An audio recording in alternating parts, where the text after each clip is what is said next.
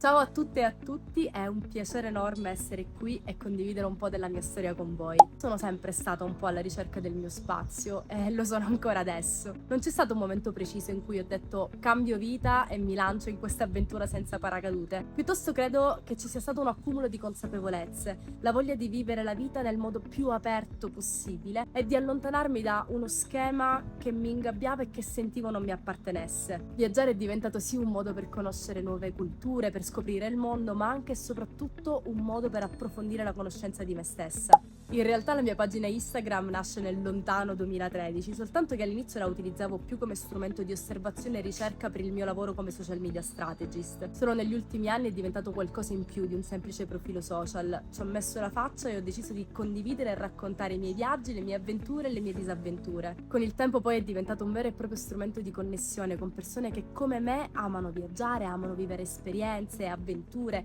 vivono il viaggio come strumento di crescita e sono sempre alla ricerca di autenticità. Mi occupo di creare contenuti di viaggio, ma non semplici itinerari o liste da spuntare, perché per me il viaggio non è questo, è vivere le comunità, assaporare delle esperienze che magari non sarebbero possibili a casa. Ciò che voglio è che i miei contenuti ispirino le persone ad andare un passo fuori dalla propria zona di comfort, di lanciarsi in delle esperienze che magari all'inizio possono far paura, ma che in realtà nascondono un potenziale di arricchimento enorme. Sono anche una social media strategist, gestisco totalmente da remoto i miei progetti come nomade digitale, supporto le aziende nella loro comunicazione sui social e da circa 2 anni sono una coordinatrice di viaggio, quindi anche fisicamente cerco di portare le persone in viaggio con me, cercando di far sperimentare loro il mio stile di vita in viaggio. Questa è una domanda complicata perché in realtà ho viaggiato tanto e continuo a viaggiare tanto, ma non ho mai fatto la conta dei paesi perché per me non sono liste da spuntare. Ho vissuto l'Asia, ho vissuto l'America centrale, il Sud America, l'Artico e ho anche sperimentato tantissime meraviglie incredibili a 2 passi da casa, in Sicilia e in Italia. Ogni viaggio è stata un'esperienza unica, non importa quanti chilometri mi separassero da casa, perché il punto è come viene vissuta quell'esperienza, quanta voglia abbiamo di guardare il mondo da un'altra prospettiva e quanta voglia abbiamo di connetterci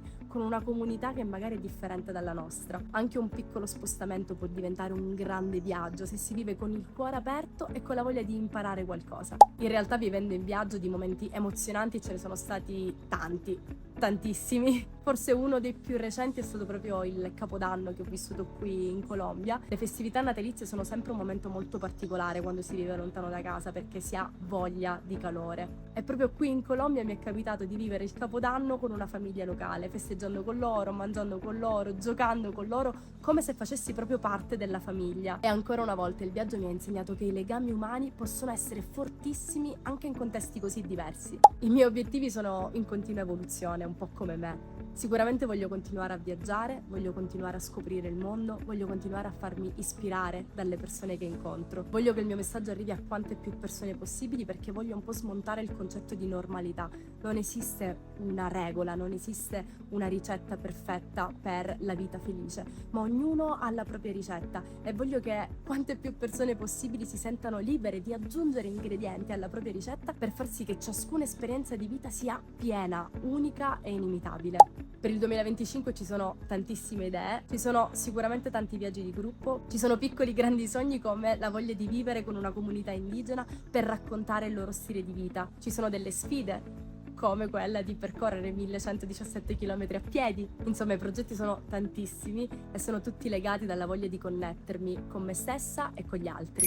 Grazie mille per avermi ascoltata, mi auguro che il vostro anno sia pieno di avventure, di crescita e soprattutto di autenticità e spero che le mie parole possano ispirarvi a fare il primo passo verso il viaggio che sognate.